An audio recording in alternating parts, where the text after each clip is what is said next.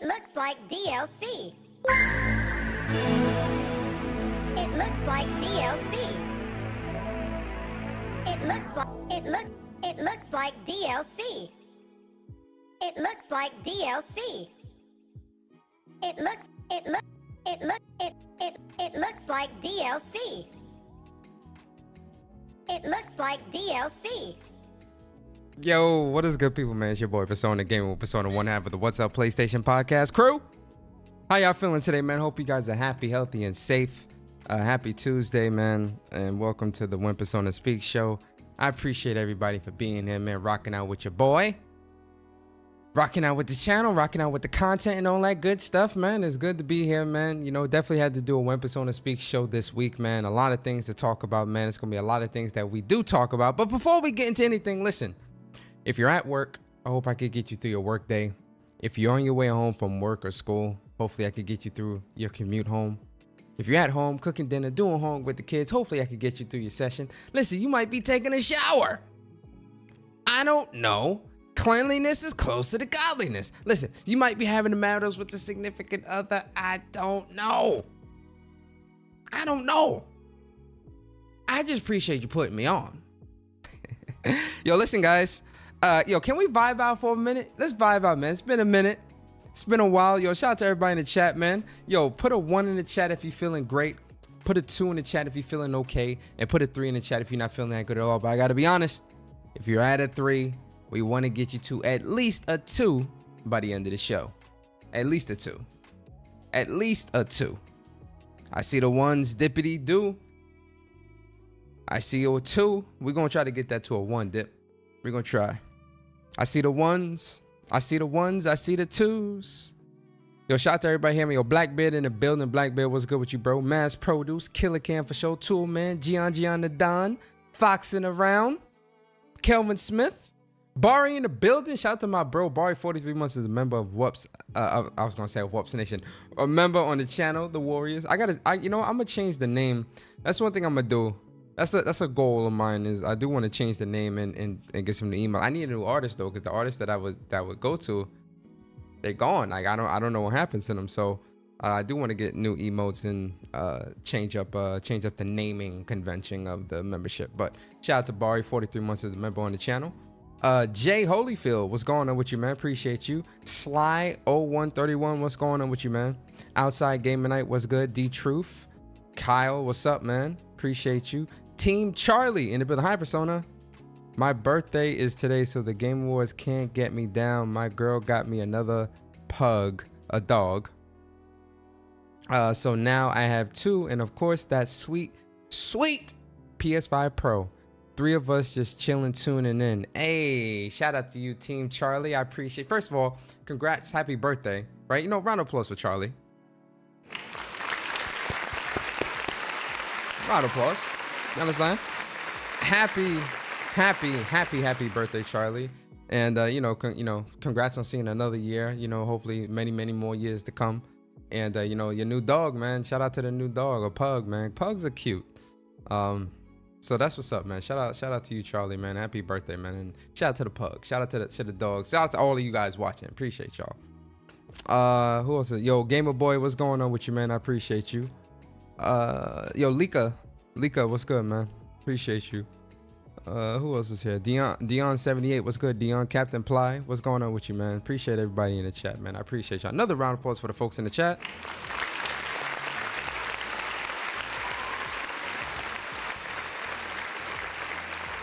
My boy Schoolhouse Rocks in the building, aka Daryl. What's going on with you, Daryl, man? I appreciate you, bro. Coming through, rocking out with your boy Persona, man. Thanks for coming through, man.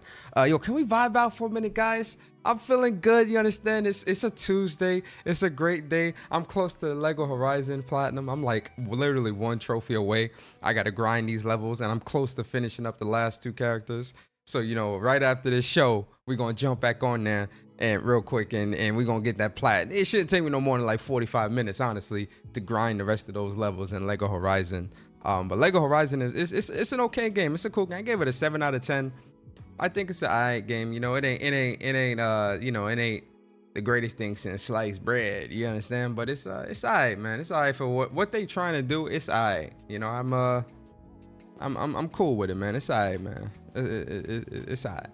You feel me? So you know, we're gonna get that platinum today. Like literally right after the show, I'm gonna jump back on there, get that platinum, and then I might play a little bit of COD before I call it a night. Grind out this Val, get the headshots in this Val, man. So I get this Val gold, and then finally move to the Krieg. And then plus they brought back double XP, the legacy double XP tokens, and your boy had a lot. Shout out to Black Ops and shout out to Treyarch for doing the right thing and bringing back the legacy XP tokens in multiplayer. Good on them for doing that, because that was a real scummy move to put it in and then remove it. So shout out to them for bringing that back. So we definitely gonna be playing a little bit of Call of Duty tonight. But ladies and gentlemen, can I vibe for a minute? Can I vibe for a minute? You know, let me do it.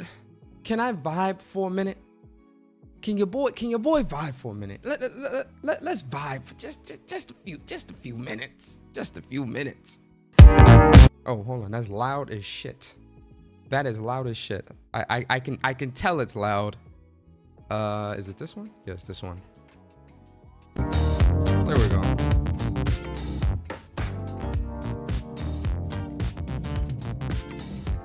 Y'all feeling good? Y'all feeling good today? You feel me?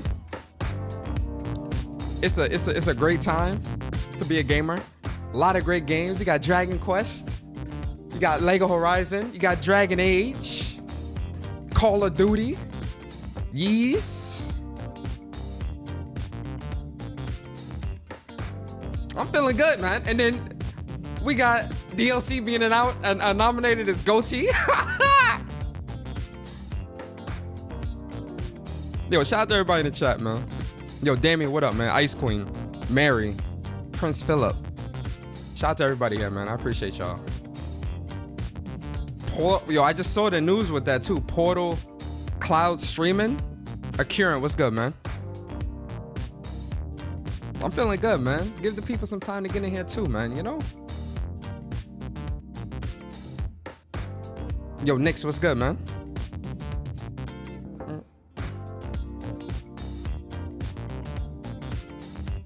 And you ever know, like, you ever been to like a function? You ever been to like a function? And in that function, you know, they got music. Like, you know, like when the party start.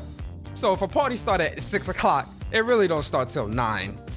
But you get there early, they got a little music playing, you know, ain't nobody really there. You know, but they got music playing in the background and shit. You know, that's where you got some music playing, man. I'm feeling good. I'm feeling good. I'm feeling good right now. I'm feeling real nice. I'm feeling happy. I'm feeling great. A lot of energy. Today was a great workout day at the gym. You understand? Your boy's feeling good. Skin is good. Hair is good. Everything is good. My health is good. Gaming is good. Life is just good.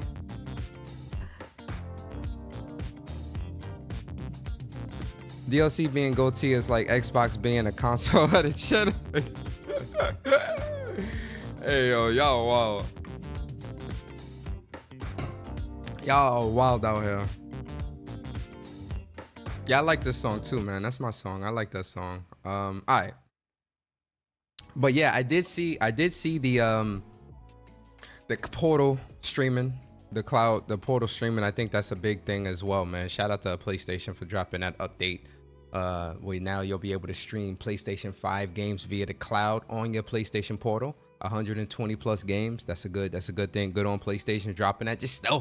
They just stealth dropped that too, man. Like, it was just out the blue. Like, hey, look, we dropping this. Smarter than to drop it before our 30th anniversary too, man. You know, a lot of things. You know, the 30th. We're gonna see what happens with that 30th anniversary. I don't know, man. Like, you know, me and Barry was talking about it over the weekend on episode 177 on What's Up PlayStation Podcast. If you haven't already, definitely check out What's Up PlayStation Podcast. Link is in the description to the channel. But we was talking about it over the weekend, man. And I was like, you know, I don't think they're going to do no showcase. Maybe a state of play. They might throw a state of play our way. Who knows? You know, shout out to Jeff Grubb. I know Jeff Grubb was saying that there wasn't going to be, don't expect anything. Keep expectations low. Y'all know how I am. I don't really like to keep expectations low. But, you know, I know Jeff Grubb's got a really good track record when it comes to this. Right. So, you know, insider leaks and all that other shit. So, You know, we gonna see. We're gonna see. I'm hoping this is one of the times that I hope Jeff Grubb is wrong, right? And there is a big celebration for PlayStation where they're showing off, you know, some games and, you know, some of what they got coming in the future, in the very near future and whatnot. You know, and this is one of the times where I hope Jeff Grubb got it wrong, right? But who knows? We'll see. You know, shout out to Jeff Grubb, shout out to PlayStation, everything. We're gonna see what's up. This other bit of news that I saw today too was Sony is in talks to acquire Kodakawa. Say that 3 times fast. Kodakawa. Which I'm sure me and Bar are definitely gonna probably talk about that on WUPS this Saturday. I might do a video on it. I don't know. Listen, yo, guys, I'm gonna be honest with you guys. Like, I've been streaming a lot lately, just cause, you know, streaming some games. You know, I'm in my gaming, you know, like the gaming news is cool and all, but like, you know, I like to stream games and play games and interact that way, you know, and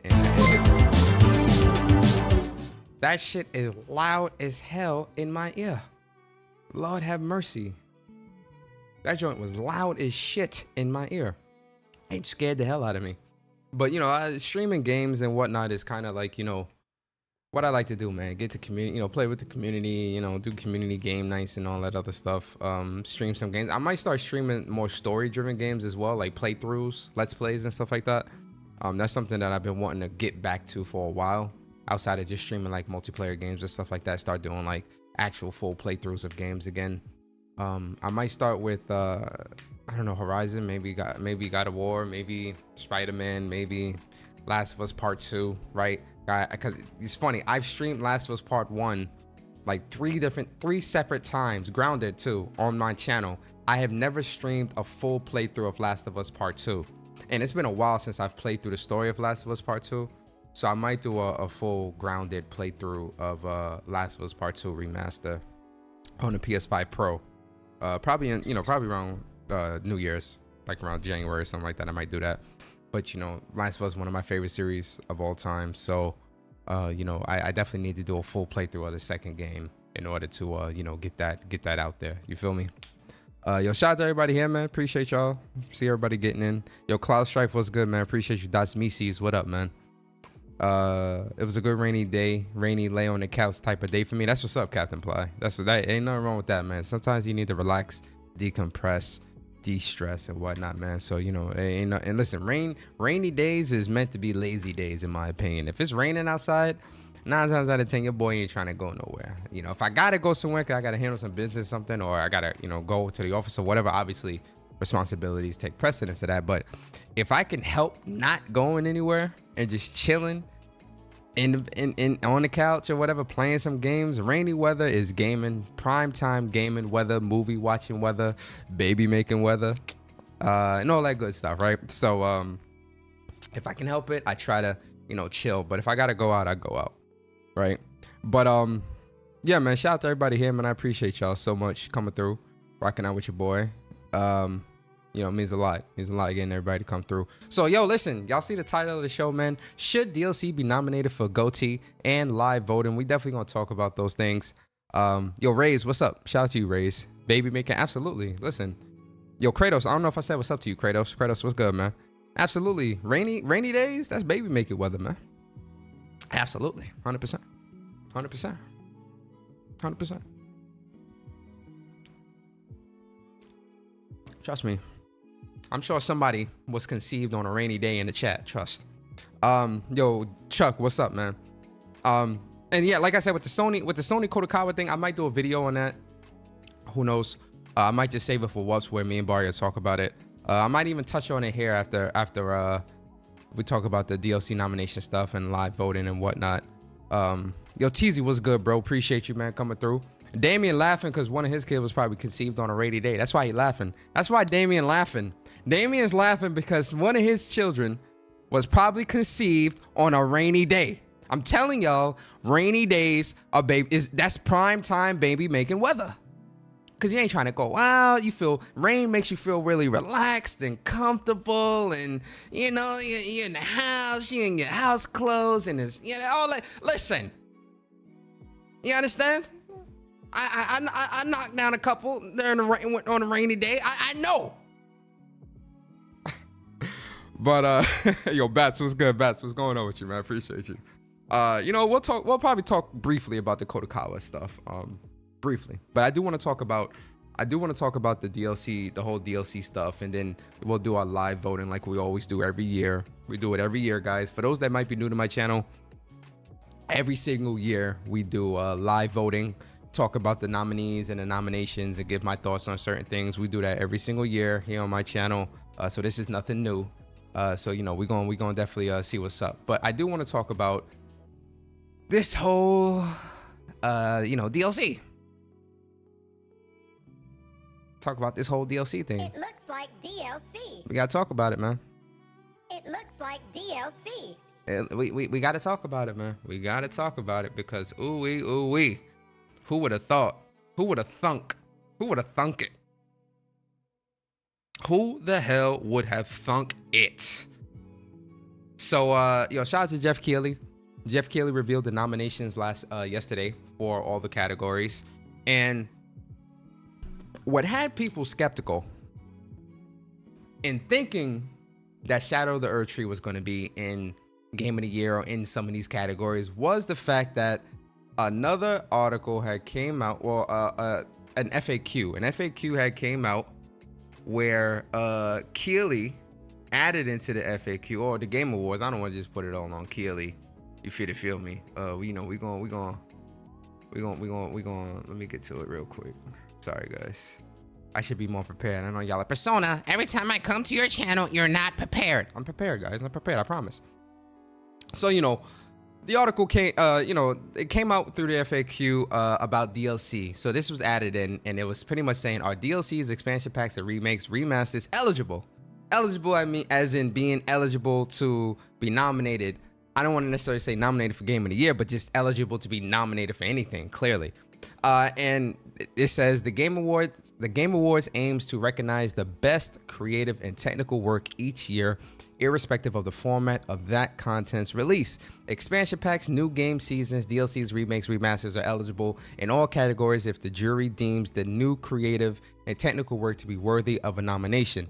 Factors such as the newness of the content and its price/value should be taken into consideration. I don't agree with any of this. Only thing I agree with is a remake, right? If you do, because a remake, you tweak things. It's oftentimes when it comes to remakes, people tend to do reimaginings or whatever the case may be. So I feel like a remake per se, I think would be the only thing where I'm like, okay, I'm fine with a remake being nominated for something within the category because it's a remake, is being built from the ground up for current hardware, current gen, all that other stuff. So no harm, no foul, I think, when it comes to remakes. Remasters is a slippery slope because oftentimes a remaster could just be the touch-ups and things like that, and not really much can be done to the game. So I think that's more so like a case by case. And even then, I don't really see how a remaster could be like a Game of the Year, right? I don't think I agree with that per se. Where like a remaster, it would have to be pretty substantial, like the upgrade that they're doing. And then at that point, if it is substantial enough, then you really should call that a remake, because it's a night and day difference. And a great example of that would be, funny enough, a game that just released, I think 2 weeks ago, but Horizon Zero Dawn remaster. Not saying that it should be nominated. I'm saying, in the case of a remaster, that's a remaster. But when you look at the PS4 and PS5 versions of the original game and a remaster, it's a night and day difference in the time and effort that went into, the 10 additional hours of dialogue and the mocap and things like that, just to make that game. I call that a remakester, where it's a blended line between remake and remaster, right? You know what? Let me pop the chat out too. Put the chat over here. I like everything, symmetrical.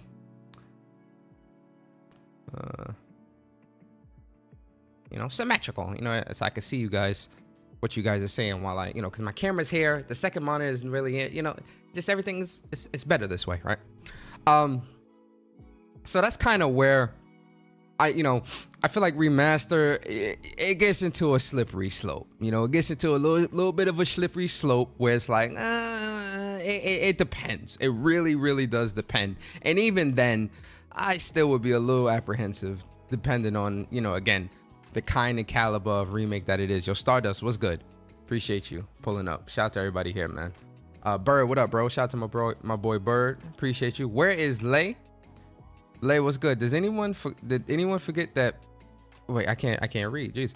Does everyone just forgot Witcher 3 won before? Yeah, and I didn't agree with that either. I remember Witcher 3 DLC or whatever winning. I didn't agree with that shit either. Just like one year, I remember Overwatch won fucking game of the. Yo, listen, there's a lot of things I don't agree with. I didn't agree with Witcher either. I didn't agree with that Witcher DLC. Jay Sway, what up?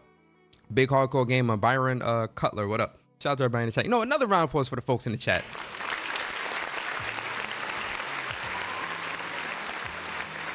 You see, the folks coming in now. These the folks that, if the party start at 6, they getting in at like 7:30. Then they hype. They pull up. They already see their people there. They see the music blasting. They coming with the beers like, yo, what's good? Hey, they act like they've been there the whole time. The folks that come in late, those are the ones that, the party started at 6. I'll be here about 7:30, 8 o'clock. Shout out to the folks coming in late. But I respect it. It's all good. You pulled up. That's all that matters. You pulled up to the party. You got the brewskis.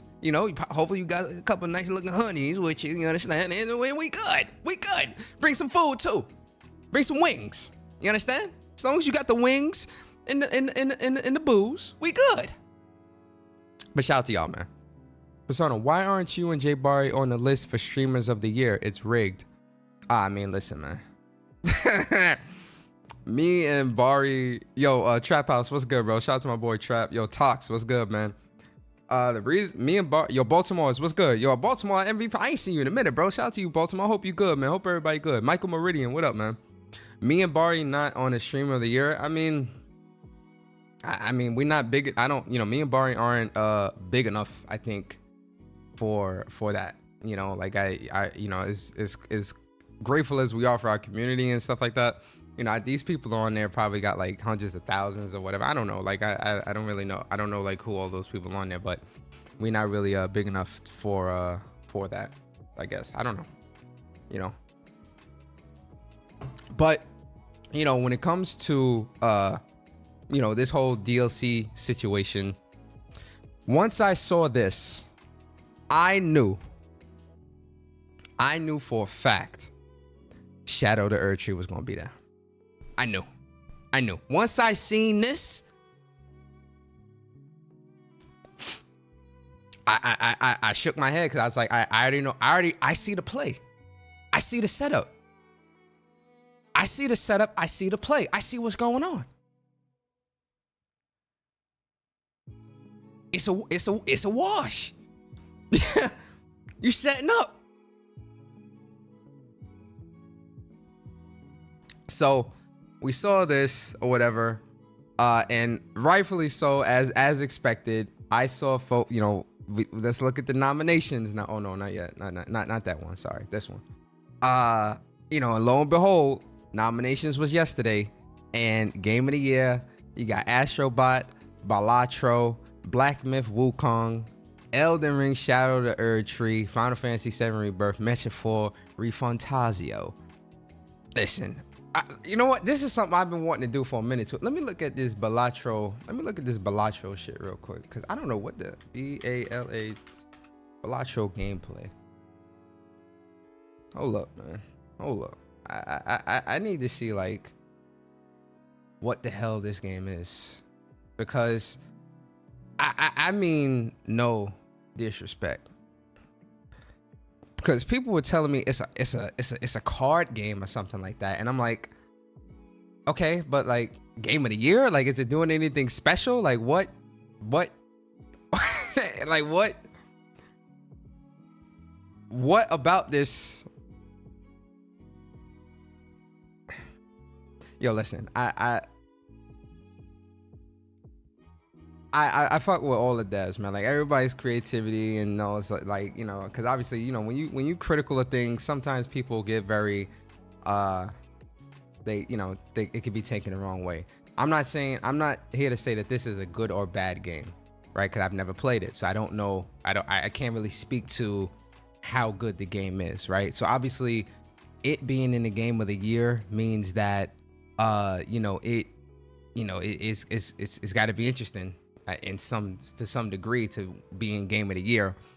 I'm only saying this off of just what I'm seeing so far.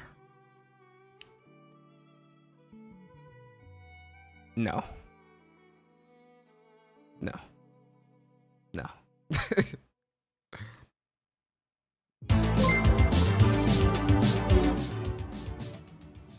No. No. No. And I mean that as respectfully as I can be.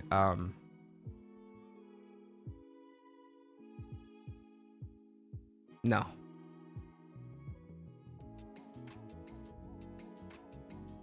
Joker cards, of which over 100 types exist, bestows passive effects and trigger abilities. Some add score multipliers for playing certain suits, or bonus chips for not playing a face card. One of my favorites is a glitch Joker that multiplies by score by a random amount. Jokers dramatically alter the game in a plethora of neat ways, but it doesn't stop there. Using consumables such as tarot, planet, and spectral cards raise the score value of certain hands, add more special effect to cards, and more. Other examples include transforming cards into gold or steel variants that reward chips or cash the longer they stay in your hand. Glass cards have a chance to shatter permanently when played but boast a score multiplier. I love weighing the benefits. So what is this, a mix between poker and Yu-Gi-Oh? Like what? Downsides My of every fault. I'm ability sorry. and how they enhance or And it's crazy because there's many Yu-Gi-Oh games that have come out, right? And I fuck with Yu-Gi-Oh heavy. I ain't never see these people putting Yu-Gi-Oh in no game of the fucking year. Respectfully. And Yu-Gi-Oh, which one was that? Duel? Oh man, what was that Yu-Gi-Oh game that came out on PS4? Yu-Gi-Oh! Duel Masters of the Duels or something like that. I forget, but it was one of them that was like really, really on point. But I ain't never see Yu-Gi-Oh get no game of the year.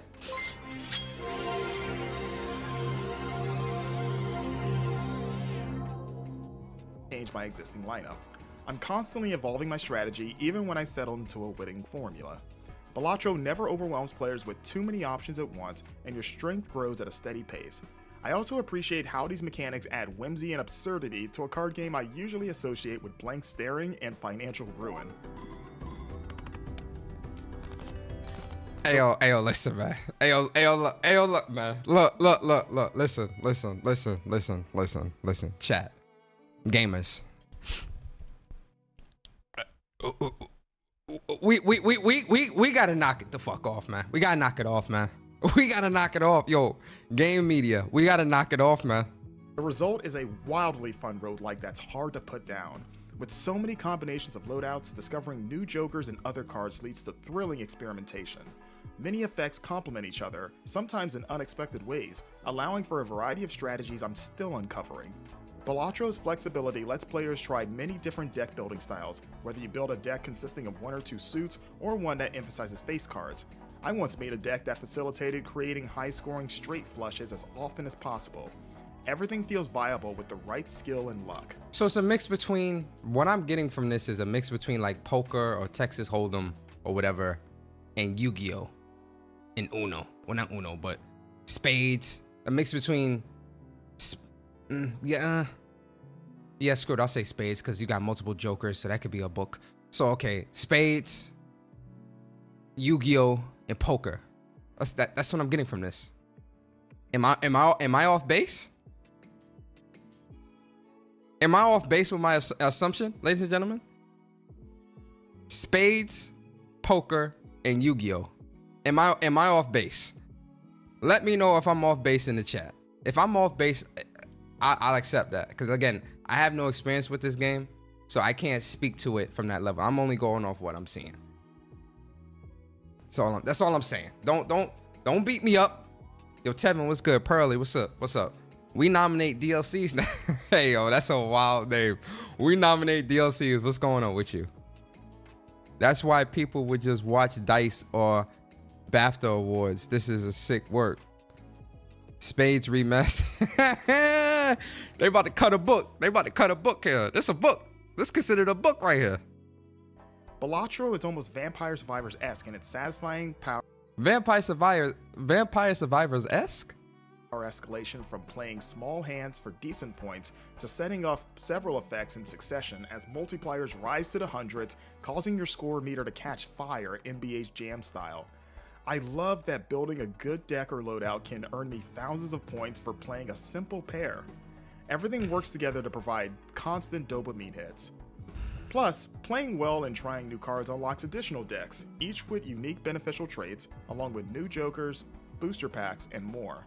This mechanic incentivizes me to try out cards I was initially skeptical about, and I discover new favorites while filling an in-game database of every available card in the game. Completing antes becomes progressively more challenging, especially since every third round presents a boss blind that saddles you with a debilitating effect. Perhaps diamond cards are useless, or you can only play one type of hand. More devilish boss blinds require you to win with a single hand, or nullify the effects of every card you've used during the round. As tough as they can be, I enjoyed how these bouts made Balatro feel even more puzzle-like and forced me to find new solutions instead of banking on reliable. Alright. Alright, bro. Y'all got it. Y'all got it. Y'all got it. Y'all got it, man. Y'all got it. I ain't even gonna touch that. Y'all got it, man. Y'all got it. Nasty work. Nasty work.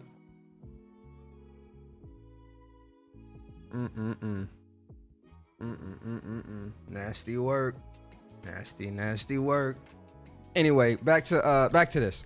So yes, Elden Ring Shadow the Erdtree getting nominated for Game of the Year is in my opinion is absolutely insane. You know, when it comes to like DLCs, again, something that's already existing, that's already out, right, and you're just getting an additional content added onto it. I don't see that. No cat was good. I don't see that as something being worthy of a Game of the Year nomination. Now, I'm not saying that Shadow the Erdtree is bad. I'm not saying that Elden Ring. No, I loved Elden Ring, platinumed it, I enjoyed the hell out of that game. I haven't gotten around to Shadow the Erdtree, and this is not me really saying that Shadow Erdtree is good or bad. That's not my argument or my conversation. I'm more so saying, should something that is a DLC be considered a Game of the Year contender amongst other brand new titles that released in that year? I do not think that is acceptable. I don't think that is necessarily something that should even be within the question. Like, it shouldn't even be a conversation. If anything, there should be its own category of, you know, best new expansion or DLC. And then you can give, because the reason why this also looks real shitty to me is because there were other DLCs that released this year as well. Right? You had what was that? Remedy's DLC that released this year, right? There was another expansion that that I'm forgetting that released this year. What is this? There was another big expansion that released. Diablo 4 expansion that released this year, right? There were a couple of other expansions and things like that released this year where it feels shitty to, I feel like, Destiny. How could I forget Destiny 2? Final Shape. The Final Shape released this year, right? The fact that, and this is why I say like a DLC category there should be like its own DLC category, because then you can pay homage to other DLCs that have released this year, and then obviously still give it to Elden Ring or give it to Shadow the Erdtree, but at least you're acknowledging that there have been other great DLCs that the media and media people or whoever votes on this jury are acknowledging to developers and saying, hey, look, there were some great DLCs that released this year. These are the ones that we thought that were the best or that we enjoyed the most. And you can have that list of 4 or 5 or 6 or whatever, and then pay homage, because then you can pay homage to everyone. No one really feels left out, right? You can acknowledge everyone and obviously still give it to Shadow the Erdtree. What this looks like it's just a bunch of people sucking off Elden Ring or sucking off Shadow of the Earth Tree, right? And again, nothing against Elden Ring, right? I'm more so talking about the jury and the people that are voting for this. But bending the rules or making changes like this to the rules or trying to, you know, prepare everyone, if you will, to, oh yeah, just so you guys know, in the FAQ, DLCs can be nominated for whatever if the jury deems for whatever. It just seems funny to have that released a day before, right? And then we see that Shadow of the Earth Tree is in multiple categories. It's like, and that's why I'm saying you should have, yo, Corey, what's good, bro? Mac the Stampede, what's good? Shout out to everybody in the chat. If I'm missing anybody, it's because I'm in the zone, so I'm not ignoring anybody that's coming in.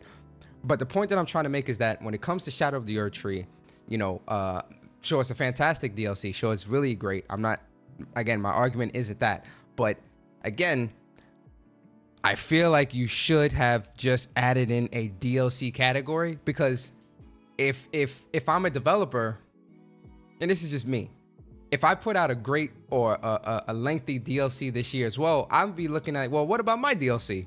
You know, are you going to acknowledge mine? You get what I'm saying? It just looks, and that's why I'm saying, like, if they did a dedicated category, like 1 or 2 categories to that, I feel like that'd have been a lot better. You could, listen, squash some of that esports bullshit, man. We nobody care about that, man. Squash some of that. Set that shit off to the side and add in a best DLC of the year. You know, DLC of the year, or whatever the case may be, or best new DLC, or whatever. But adding in another category and acknowledging all of those developers would have been a great thing to do. And I feel like a more diplomatic thing to do. Because to me, this looks real shady. Not shady. Shady's not the word I want to use. No. Let me take that back. It doesn't look shady. Yo, Bree Sky, what's good? This looks, what's the word I'm looking for? It's not shady. This just looks, it looks funny. It looks real. It looks real. I guess shady. I guess, yeah, fuck it, shady. It looks shady. It looks shady. It looks off.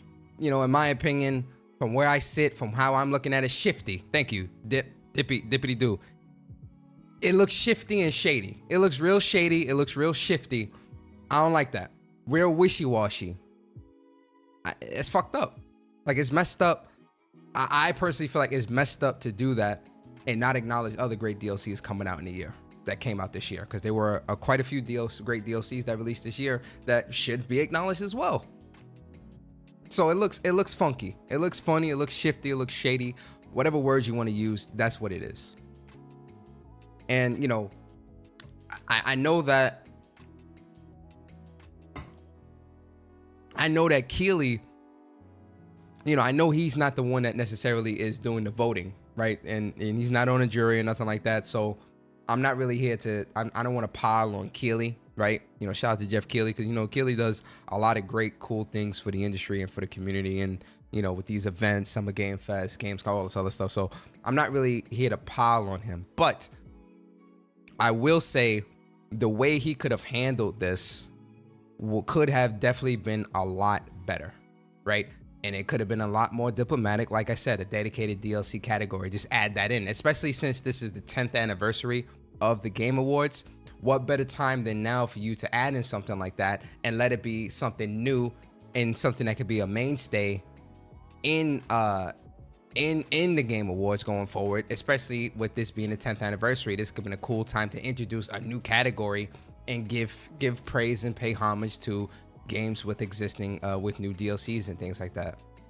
So I just feel like the way he's handled it definitely could have been handled a lot better, for sure.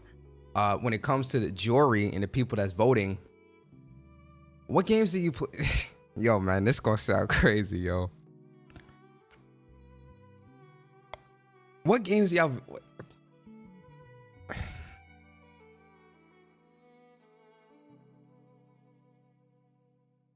How do I say this? Because any way I say it, it's gonna sound like kind of like messed up. But I just feel like there's a weird disconnect between like gamers and games media, right?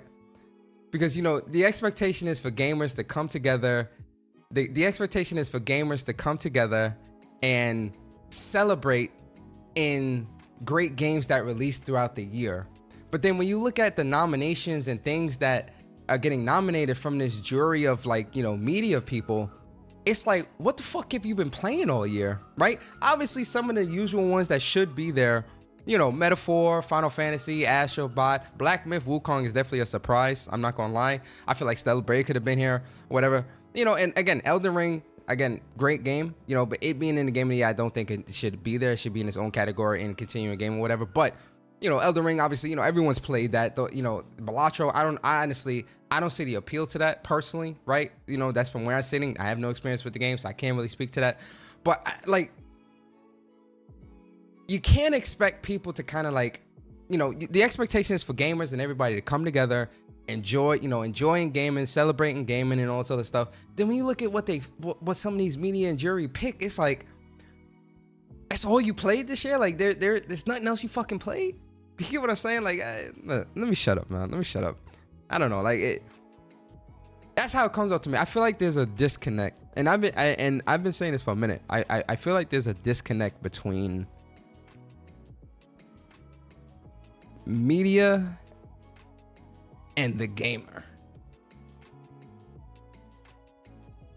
And there's been a disconnect for a while. When I say a while, I mean a couple years. There's definitely been a disconnect between the gamer and media, games media. There's been a disconnect for a while. Like I want to say at least like 3, 4, maybe even 5 years. But that disconnect has like continuously grown, and it's grown wider as time has gone on to where we are now, where I just feel like, who are you trying to speak to when it comes to the things you talk about within, or when it comes to gaming? Who are you trying to speak to, right? Are you trying to speak to the lowest common denominator, the hanging fruit, the low hanging fruit? Like are you trying to pander? Like I don't know. It seems weird to me, you know. And again, it's been like that for a while. That's funny. Was Burning Shores nominated last year? Burning Shores did come out last year. Was that nominated for anything? Which is crazy because Burning Shores was fire. That final boss fight alone was crazy. That was definitely a spectacle to see. Yo, J-Ro, what's good? Team Ambush, Johnny Gamer, shout out to everybody. But who are you trying to speak to? You know? I just feel like when you look at like the games that get nominated and what's being voted upon, I don't necessarily feel like the media per se is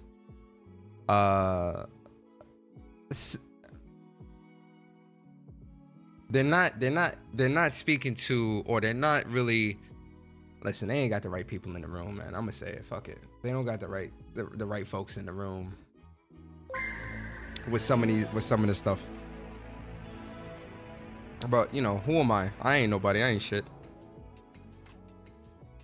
So my opinion, you know, it doesn't really matter because I'm not in the room either.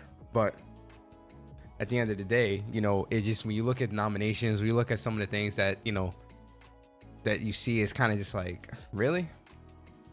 You know, like, this nomination speaks to who? You know? Are you really able to read the room? But what do I know? I don't know shit. What the fuck do I know? I ain't nobody. So yeah, I mean, listen, I do not think DLC should be nominated for Game of the Year, best game direction and all that. Hell no. And it's funny. The funny thing is, if Shadow of the Erdtree wins Game of the Year, ooh wee, Twitter is going to be a nightmare. Ooh wee, that upset gonna be crazy for a lot of people on Twitter. That's gonna be an entertaining night, boy. That is gonna be an entertaining night if Shadow of the Erdtree wins Game of the Year. And I'm gonna have a front row seat. I'm gonna be laughing. You know, me and Bart doing a live reaction to the Game Awards, like we do every year. Let that shit win. Ooh-wee. That's gonna be that is going to be comedy. You hear what I say? That is going to be a comedy show on Twitter. The spaces, the YouTube videos, the tweets, all that shit is gonna be hilarious. And I can't wait. Cause I have a feeling you don't put something like this here and it not be let me shut up. Hey yo, listen. Hey yo, look. Hey, the funny thing is it might not win just off the strength of they probably know the backlash for it. That will happen with that. But yo, let that shit win. It's gonna be a messy day that day. But what are you gonna do, right? You know, that's what it is. Like I said, I just feel like Keely should have just handled that a little bit better. But yo, I do want to get into let's get into the nominations. Let's go through our live voting like we always do every single year. This year is no different. So best esports team, don't care about best esports athlete, best esports game. Well, let me see what's in this. Counter-Strike 2, Dota, don't care. I'm good on that. Oh wait. Content creator of the year. Let me see who's here. What's his name? Queso?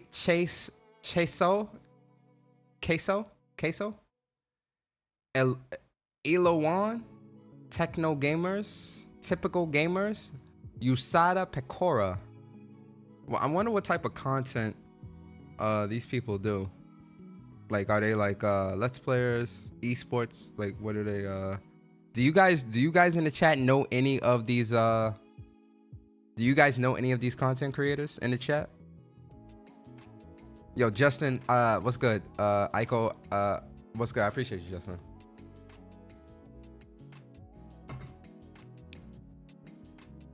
It's funny that Kai Sanat isn't here. Like Kai Sanat or any of the Amp, ISO Speed. You know, those are content creators as well. I guess.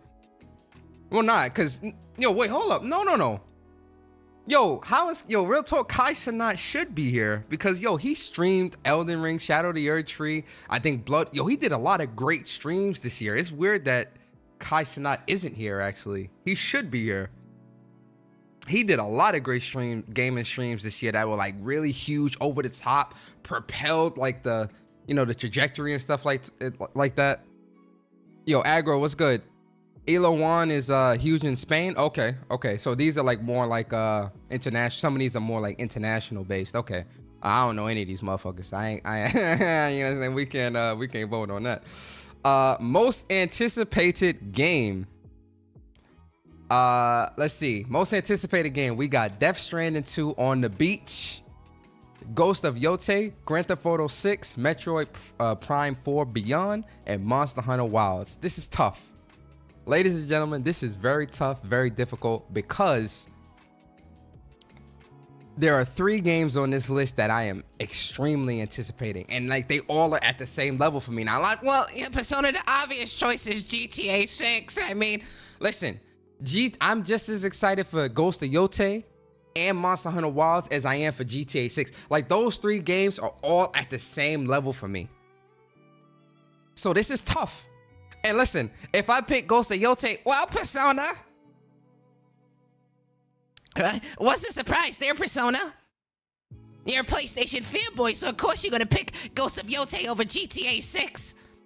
So it's like, it's a damned if you do, damned if you don't situation. Because my heart wants me to pick Ghost of Yote. But my heart also wants me to pick Monster Hunter Wilds. But then my heart also wants me to pick Grand Theft Auto 6.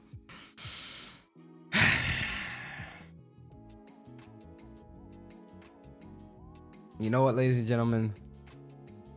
In life,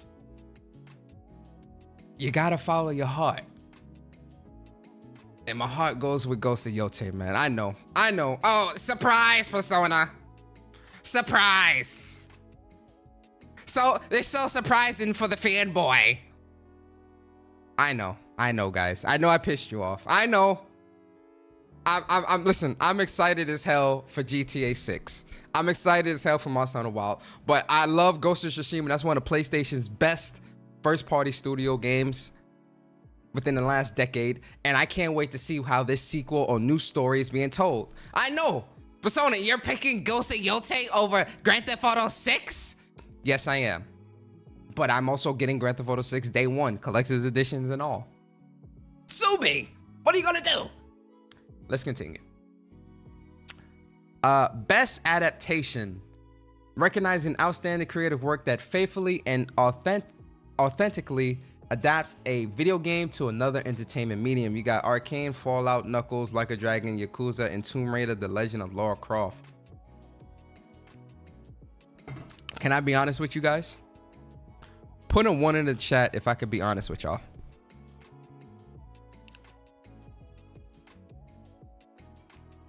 Put a 1 in the chat if I could be honest with y'all. Because my honesty, y'all gonna want to beat me up. Y'all gonna want to kick my shins. Yo, Chips and Sticks, what's good, bro? I don't know if I said what's up to you. I'm seeing 1s. I'm seeing Bat 0. Yo, I'm gonna be honest. I ain't seen none of these shows. Yo, listen, I ain't watched none of these shows, man. I ain't gonna cat with you. I did not see none of these shows, man. I ain't seen none of these shits. I ain't seen none of these shows. I can't vote. I ain't seen none of these goddamn shows, man. I know, chat. I know. I'm behind on a lot of shows. I know. Don't beat me up. Best multiplayer. For outstanding online multiplayer gameplay and design, including co-op and massively multiplayer experiences, irrespective of game genre or platform. You got Call of Duty Black Ops 6, Helldivers 2, Super Mario Party Jamboree, Tekken 8, Warhammer 40,000, Space Marines 2. If I pick Helldivers 2, they gonna call me a fanboy. If I pick Call of Duty Black Ops 6, they gonna say, ponies love Xbox. You know how that goes. For me, honestly, it's between Helldivers 2 or Call of Duty. Yo, listen, Warhammer's multiplayer, and listen, I played through the story. I think the co-op for it was cool. I think I played with Bats. I played with Ghost in the Shell. Shout out to not Ghost in the Garage, I mean gaming. Shout out to him. Who else did I play with? I think I played with somebody else, but that co-op experience wasn't that good. Like it when it worked, it was good, but there was a lot of issues with getting into the co-op matches, and loading was long, and then the multiplayer was cool. I played a little bit of it, but that multiplayer for Warhammer 40K, that shit was bad. That shit is bare bones as hell. Like it definitely needs a little bit of elbow grease. You know what I'm saying? Spray some WD-40 on that thing. You know, moist. You know, it need a little bit of that WD-40. It's squeaking right now. It's not the best. I haven't played Super Mario or Tekken 8. So really it's between Helldivers 2 and Black Ops 6. Listen, Helldivers 2, I love this game. I enjoyed my time with it. I enjoyed getting the platinum. I enjoyed the hell out of Helldivers 2. As much as I rage on Call of Duty, and for those that have been following my channel for a really long time, y'all know I rage in Call of Duty all the time. Whenever I'm playing COD, your boy rages. It's just how I am. You understand? I do, despite the issues, and I have a lot of issues with Black Ops 6. Personal issues, guns, spawns, skill-based matchmaking, map design, right? The 3 lanes. You know, there are certain things with this COD that they just don't, that it falls off. But Call of Duty Black Ops 6, for me, it's a game I can play more than an hour. If I can put, because these last couple of Call of Duties, I haven't been able to play longer than an hour, and then I'm like, all right, I can't play this shit no more. I'm done. Black Ops 6 is kind of like a return to form for me, where I'm like, yo, I'm able to, like, as much as I may rage or as much as things might annoy me with this Call of Duty, I can play for like hours on hours. You know, me and like, you know, TZ and Kendra and the crew, we play a lot, and me and Bari play like, you know, lunchtime COD sessions or whatever. My COD streams, I've been doing, you know, COD Sundays is back, so we do COD Sundays, and, you know, shout out to Damien and Kyle and everybody that pulls up to the COD Sundays, and we play and laugh and talk and stuff like that. I'm gonna get, but see, I enjoyed my time with Helldivers too, but I'm gonna give it to COD, man. I'm gonna vote COD for this one. I'm gonna vote COD. I'm gonna vote COD. I'm gonna vote COD. I'm a vote COD for that. I enjoy this Black Ops 6. I do. As much as I rage, I enjoy this Black Ops 6 very much. I do. Best sports or racing game. I ain't playing none of these, so we can't vote in the sports, man. I'm good. But if I had to guess what would win this, I would either say it would be 2K or it'll be FIFA. Best sim strategy. Oh, you know what? I have played 2 from these. So best game focused on real-time or turn-based simulation of strategy gameplay, irrespective of platform. You got Age of Mythology Retold, Frostpunk 2, Kunitsugami, Path of the Goddess, Mana Lords, and Unicorn Overlord. I'm actually gonna vote for Unicorn Overlord. Shout out to Vanillaware. I love Vanillaware. I actually need to go back and get the platinum in this Unicorn Overlord, but I do enjoy. I played the Kunitsugami game. I only played the demo though. I wasn't really feeling it too much, and it's funny because I was gonna pick this up originally, but I was like, you know what, I'm good. I wasn't really feeling the Kunitsugami, but Unicorn Overlord, I definitely enjoyed my time with it. I do want to go back and get the platinum in that at some point. It's an easy platinum too, but yeah, I'm gonna give that to Unicorn Overlord. Unicorn Overlord gonna get that. Pack this dude up, chat. You funny. All right, best family.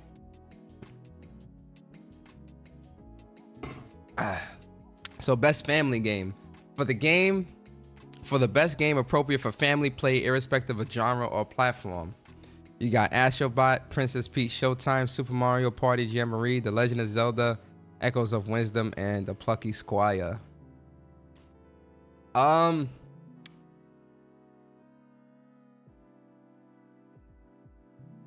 I only played Astrobot on here. And Astrobot is a good family game. The kids can play. You understand? You had the kids, everybody come around, watch you play. Dad, jump on that. Oh, and don't watch out, Dad. Listen, Astrobot is a good family game. We're gonna vote Astrobot. I know. Oh, Persona, but that's not over Nintendo? Yes, over Nintendo. Because I ain't played none of these shits. And I have Plucky Squire. I just haven't started it yet. I heard it was good though. Now, best fighting game. This is an interesting category. For the best game designed primarily around head-to-head combat. This is an interesting category, right? So you got Dragon Ball Sparking Zero, Grand Blue Fantasy versus Rising, Marvel vs. Capcom Fighting Collection, Arcade Classics, Multiverses, and Tekken 8. I personally think, so for me, it's between Dragon Ball Sparking, Grand Blue Fantasy, and Marvel vs. Capcom, just off of strength. Even though I got to go back and I haven't really put a lot of time in Marvel vs. Capcom. Marvel vs. Capcom, that's my childhood, man. Like this is a franchise and a series that I love from the bottom of my heart, and it's always going to be a special place in my heart when it comes to Marvel vs. Capcom. So I'm happy to see Marvel vs. Capcom make it here. But I'm gonna be honest. I'm gonna give it to Grand Blue Fantasy versus Rising, man. Listen, shout out to my boy Siegfried. Siegfried may stand up.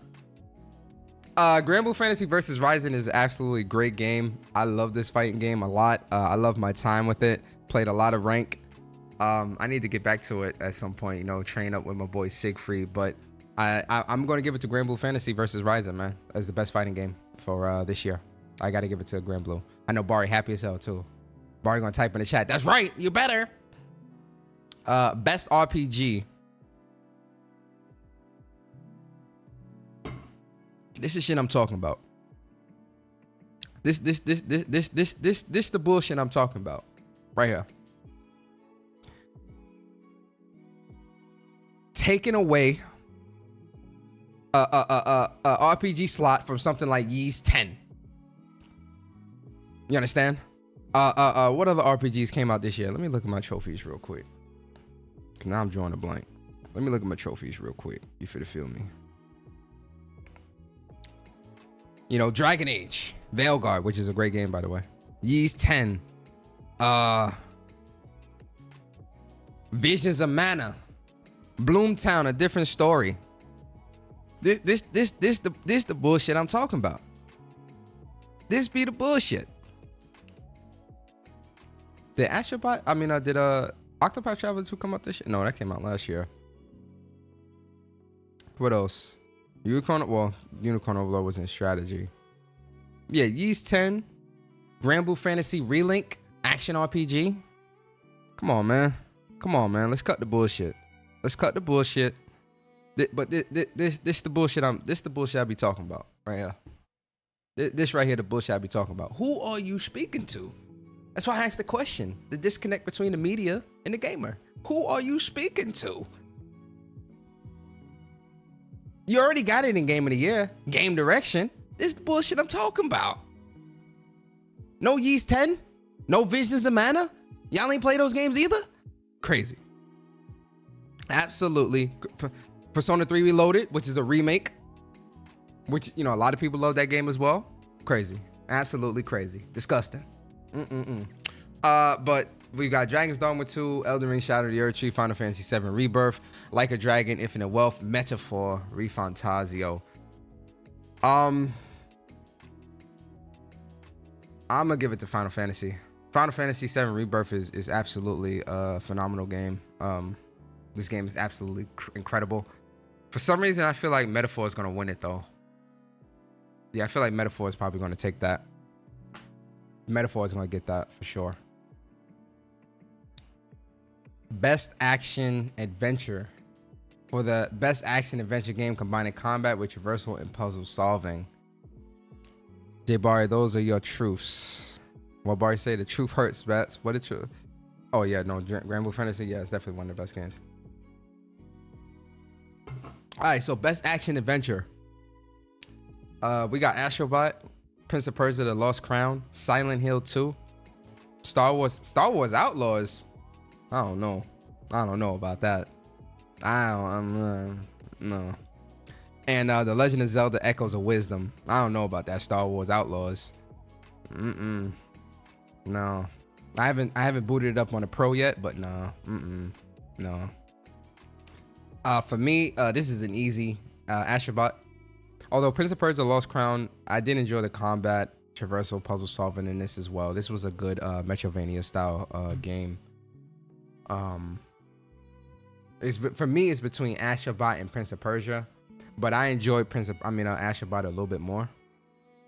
So I'm gonna post up Astrobot for that. Best action game. For the best game in the action genre focused primarily on combat. I ain't gonna lie, this is a tough category for me. So you got Black Myth Wukong, you got Call of Duty Black Ops 6, Helldivers 2, Stellar Blade, Warhammer 40,000, Space Marines 2. Listen. First of all, shout out to my girl Eve, getting acknowledged.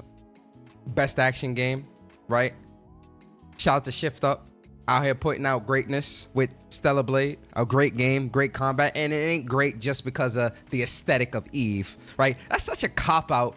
Well, people online kill me, right? Yeah, is Stellar Blade or is Eve aesthetically pleasing to look at? Absolutely. I think anybody with eyes can see that. But the story, the combat with Stellar Blade is really great. The music is great, right? The game of Stellar Blade is a great game outside of how aesthetically pleasing Eve might be to look at. But a lot of people use the cop-up, man, oh, you only love Stellar Blade because she got some big ass and big titties. No. Nobody cares about that. Is it a great game? Because listen, having big top and bottom, that don't make a game great. Because a game with an aesthetically pleasing character with shitty gameplay is a shitty game. I don't care what game it is. Stellar Blade is not that. Anyway, for me, this is going to Stellar Blade all the way. I love Stellar Blade. I love the combat. I love the story. I love the characters. Stellar Blade all the way. And I really hope Stellar Blade wins this category. I really, really hope it does. It deserves it. Shout out to Shift. I can't talk. Shout out to Shift Up. And yeah, I can't wait to see who wins this. I really hope it's Stellar Blade though. Best VR AR. I ain't gonna lie, I ain't playing none of these VR games. so I can't vote on it. I haven't been touching my VR a lot lately. Sorry guys, long day at work. Best mobile game. For the best game playable on a mobile device. So wait, is Balatro? So Balatro is a mobile game, but it's also on PlayStation. I think in the S box, right? I'm good on all this. Although Zensless Zone Zero, I did play that on PlayStation. I like the combat. I like Zensless Zone Zero. I give it to ZZZ. I enjoyed it on PlayStation, so I do have experience with this game. So I give it to ZZZ. It was a good game. Best debut indie. Wait, so this is the wait. So Balatro's a debut indie as well? Did they spike this game with some crack or something? Like, let me shut up. Best debut indie, you got Animal Well, Balatro, Mandalore, Pacific Drive, and Plucky Squire. Yo, real talk, I haven't played any of these indies, so I can't really vote. Although I know a lot of people was digging Plucky Squire, but I personally can't vote on anything because I haven't played any of these, so I can't vote on those. Although I know a lot of people was digging Animal Well as well. I know a lot of people was feeling that. Best independent game. Damn, Balatro here too? So best independent game, you got Animal Well, Balatro, Laurely, and the Laser Eyes, Never, and UFO 50. I ain't played none of these. And I do want to play Never, but I want to play Grease first before I want to platinum Gris and play through Gris before I play Never, because I know this is from those same developers. So Never, it's on my list. It's on my list to play. But yeah, I can't vote here either. I ain't playing none of it. Yo, I haven't really been playing a whole lot of indies this year. My indie gameplay this year I've been playing a lot of RPGs this year. Like I think when it comes to like the genre I've played the most this year, whenever PlayStation does their PlayStation wrap up, yo, I can't wait for the PlayStation wrap ups next month. All this talk on social media, I'm a gamer, I love to play games. I can't wait to see people's PlayStation wrap ups. I just can't wait. Cause the wrap up, and not just PlayStation wrap up, the Xbox wrap up, Nintendo wrap up, Steam wrap up, you know, they all do it every single year. I can't wait to see the stats this year because Lord have mercy, y'all better been gaming. I'm telling you right now, y'all, as much as y'all talk on Twitter, as much as y'all talk on podcasts and run your goddamn mouth all day and night, pocket watching, why did you buy a PlayStation 5 Pro? You know you could have spent $700 and built a PC. Mom, my PC. I can't wait, especially you PC dudes. I cannot wait. I need to see your wrap-ups. I need to see those Steam wrap-ups expeditiously. You PC dudes, you console refugee converts to PC. I cannot wait. I need to see those Steam wrap-ups. As soon as they launch, I want to see those Steam wrap-ups. Because trust me, you're going to see my PlayStation wrap-up. You ain't got to worry about it. You're going to see my PlayStation wrap-up. Trust me. You do not want Persona. Are we going to see your wrap? Of course. I post it every year. Go back and look at the history. I post my wrap-up every year. So I got nothing to hide. It's PC specifically. Especially after how you all carried on with this whole PlayStation 5 Pro business. I can't wait to see your Steam wrap-ups. I hope you post them. I mean, we know a lot of you aren't going to post them because a lot of you aren't really playing games. Don't shoot the messenger. But yeah, PlayStation wrap-up this year, RPG is probably going to be #1. I don't know. I've been playing a lot of Call of Duty this fall, so FPS, but it should be RPG. I've been playing a lot of RPGs this year, a lot. So it should go RPG, first-person shooter, and then action-adventure after. Those will be my top 3 genres for my wrap-up this year. But let's continue. Oh no, we just did that one. Not best indie. Best community support. Recognizing a game for outstanding community support, transparency, and responsiveness inclusive of social media activity and game updates and patches. Yo, real talk.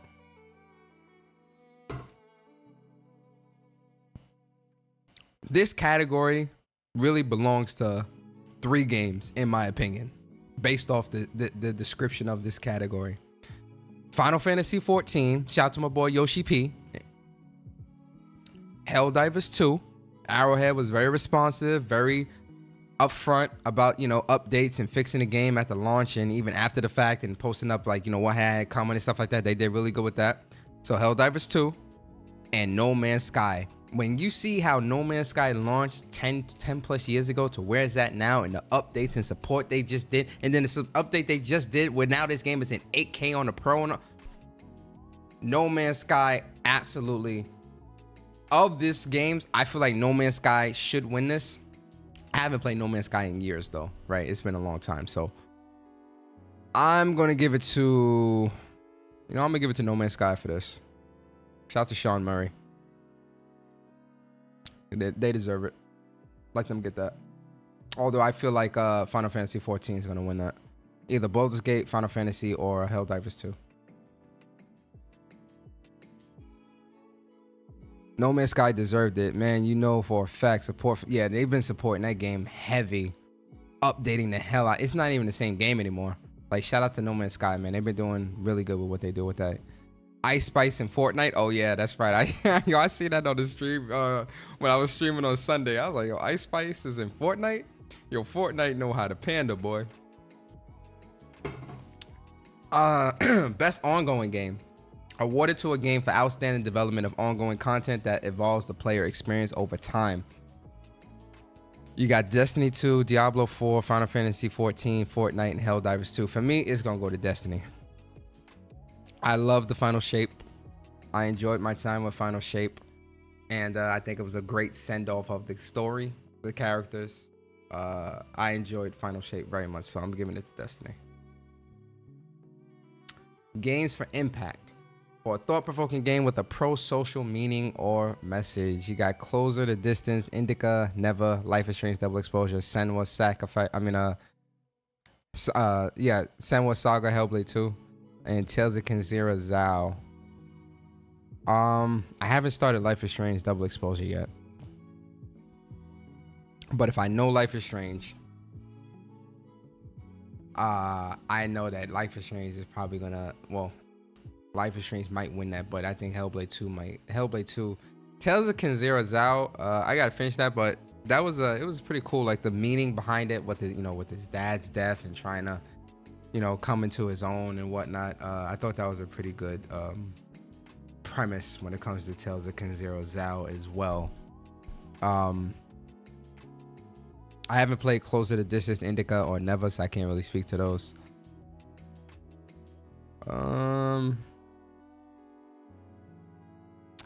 The meaning with Hellblade 2, yeah, is there, but I felt like with Hellblade 2 throughout the story, the mental, because when you look at Hellblade 1 and Hellblade 2, there was a real strong premise centered around, her mental illness and trying to get revenge for her lover and trying to find peace and things like that. I feel like the story and the meaning behind it with Hellblade 1 hits a lot harder than Hellblade 2.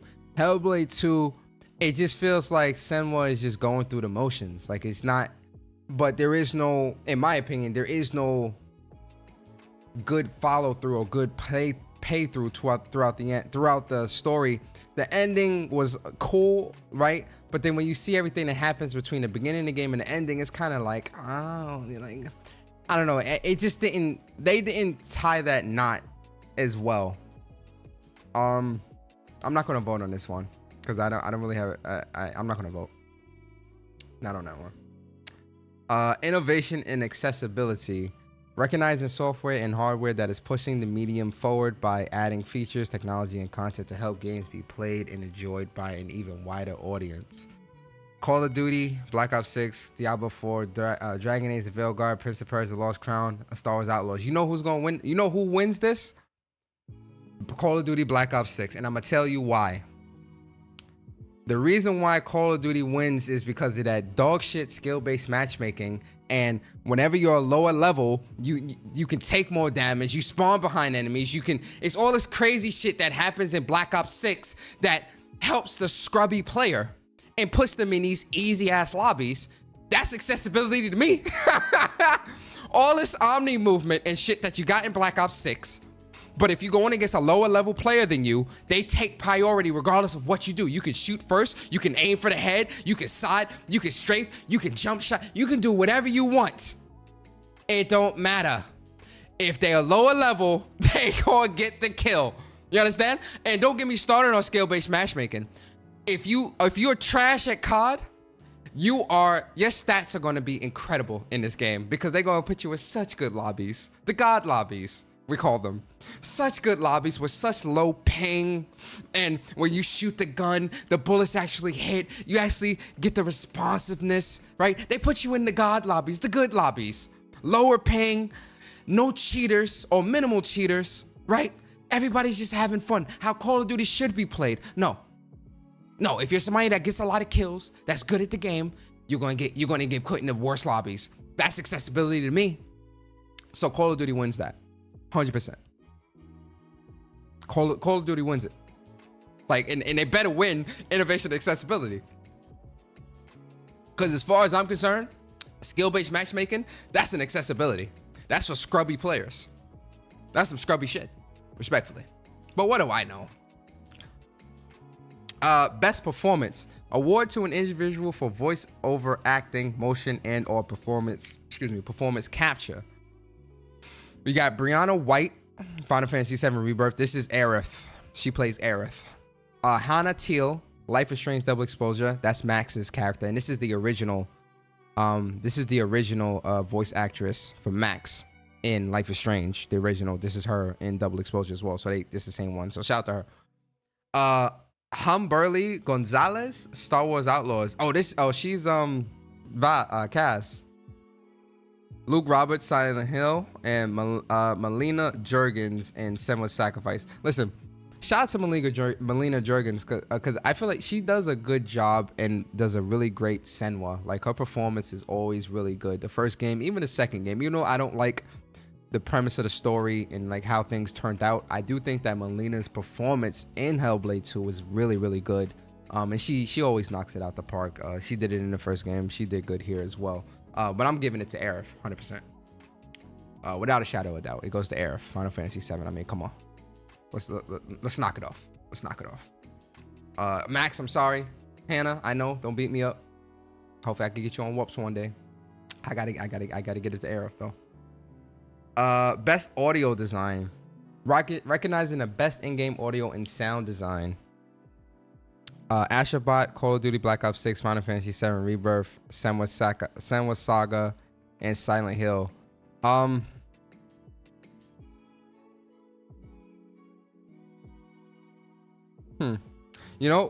For audio, I would actually give this to Hellblade 2.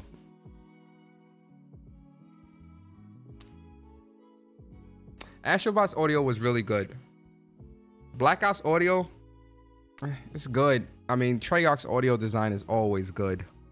But one thing I can say through my playthrough with Senua Hellblade 2 is that audio, with the voices, even though the voices was talking too goddamn much, that premise is really good. I'm gonna give this to Hellblade 2. Yeah, I'm gonna give it to Hellblade 2 for the audio design. Audio design really good. I'm gonna give it to Hellblade 2. Best score in music. For outstanding music inclusive of score, original song, and or licensed soundtrack. Asherbot, Final Fantasy VII Rebirth, Metaphor, Silent Hill 2, Stellar Blade. Listen. And I know Bari's watching. Bari, look away. Look away, Bari, because I'm about to break a sacred rule. As much as I want to pick Final Fantasy VII Rebirth, and I do, in my heart of heart, I want to give it to Final Fantasy VII Rebirth. But listen, guys, chat, I know you gonna beat me up. I know y'all want to kick my shins. I know y'all. I know. I'm giving this to Stellar Blade, man. I'm sorry. Listen, I love the music in Final Fantasy VII Rebirth. I love it. But that goddamn music in Stellar Blade, that shit had me in a goddamn trance. You hear what I say? That music, I listen to the music in the Stellar Blade. I listen to that soundtrack all the time.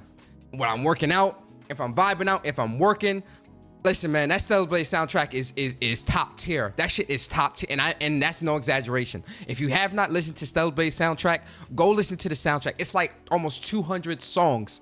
Top tier. Top tier. I give it to Stellar Blade. I love Final Fantasy VII. I do. But Stellar Blade, man. I'm sorry, man. Stellar Blade, man. That music is yo, listen.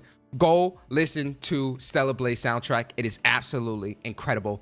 Go listen to it. All the songs are there throughout the entire game. I'm giving it to Stellar Blade, man. I don't care. Fight me. What's up? What y'all want to do? I'm giving it to Stellar Blade. I'm sorry, man. I listen. Best art direction. You see? This is shit I'm talking about.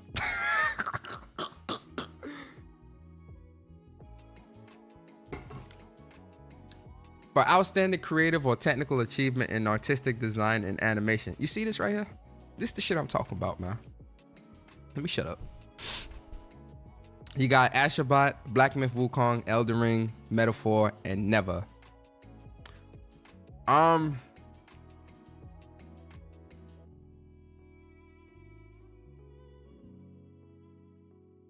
Bird said trailer. I know, guys. I know, man. I know. Best art direction. I haven't finished Black Myth. I know, guys.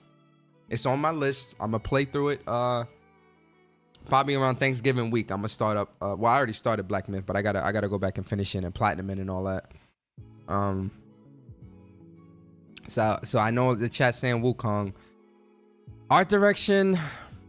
You know, Stellar Blade. I mean, not Stellar Blade. Shadow of the Erdtree's art direction is really goddamn good too, man. As much as I'm like, I'm kind of hating on it because it's the whole thing of it being added in GOTY, but Shadow of the Erdtree's art direction is actually really, really damn good. I ain't even gonna cap.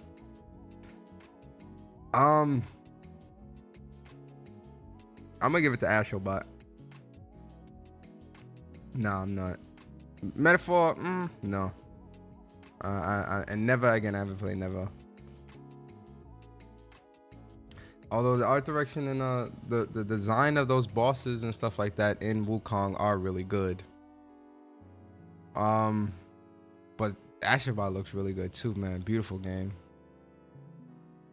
Like absolutely beautiful. The game is stunning. I'm gonna give it to Wukong. Cause I do like that the designs of the bosses and stuff like that. I'll give it to Wukong. Best narrative. For outstanding storytelling and narrative development in a game, you got Final Fantasy VII Rebirth, Like a Dragon, Infinite Wealth, Metaphor, Hellblade 2, and Silent Hill 2. I mean, we already know what I'm picking. Final Fantasy VII Rebirth, without a shadow of a doubt. Rebirth takes it.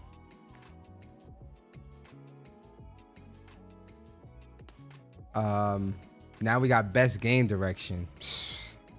Nasty work, boy. Wait a second. Wait, hold up. Wait. Hold on. Wait, no. Wait, no. And I'm not talking about Shadow of the Erdtree. Awarded for outstanding creative vision and innovation in game direction and design.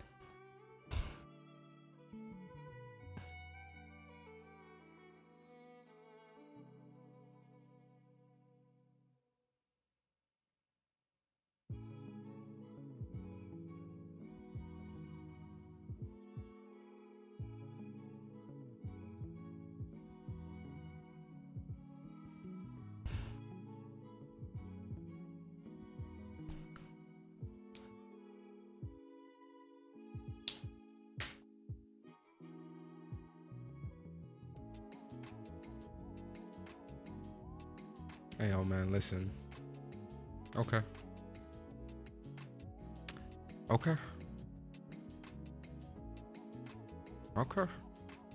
Yo, Gamer Boy, what up, bro? Our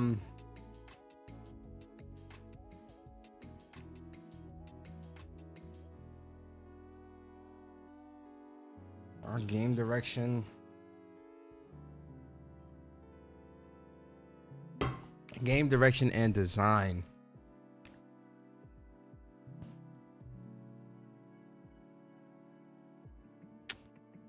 I'm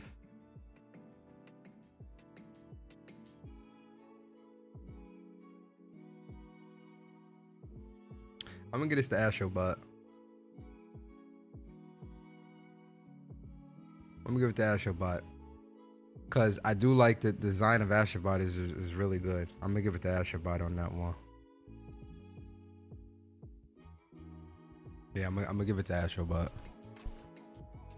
Okay. Yeah, Astrobot. Oh yeah, Barry definitely about to pull up. Yeah, I'm giving that to Astrobot. Game of the year. The final category. Astrobot, Balatro, Black Myth Wukong. Recognizing a game that delivers the absolute best experience across all creative technical fields. Astrobot, Balatro, Black Myth Wukong, Elden Ring, Shadow of the Earth Tree, Final Fantasy VII Rebirth, Metaphor, Refantasio.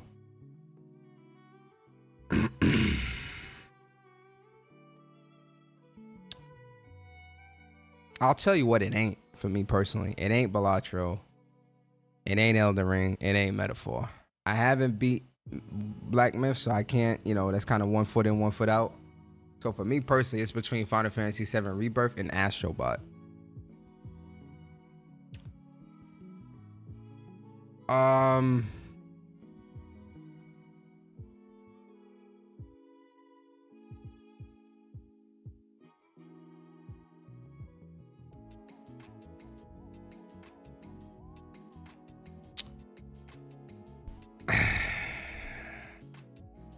It's tough.